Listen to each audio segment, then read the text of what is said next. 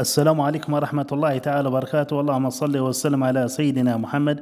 إخواني الأكارم، مرحبا بكم في هذا الفيديو الجديد، حيث منحت وزارة الصناعة رسميا الرخصة النهائية لاستيراد السيارات لعلامة جيلي الصينية، والتي يبلغ عددها 39 ألف سيارة. وحيث أكد مسؤولي شركة جيلي في تصريح لهم أن السيارات الصينية ستكون متوفرة في السوق الجزائرية بداية من شهر ديسمبر المقبل.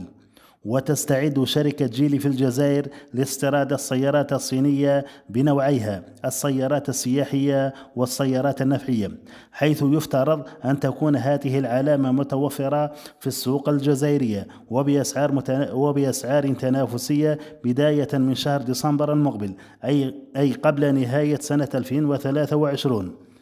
وفي الأخير نقول إن شاء الله يكون هناك توفر حقيقي للسيارات قبل نهاية سنة 2023. وفي الأخير إخواني الرجاء منكم الاشتراك في القناة لكي يصلكم كل جديد. والسلام عليكم ورحمة الله تعالى وبركاته.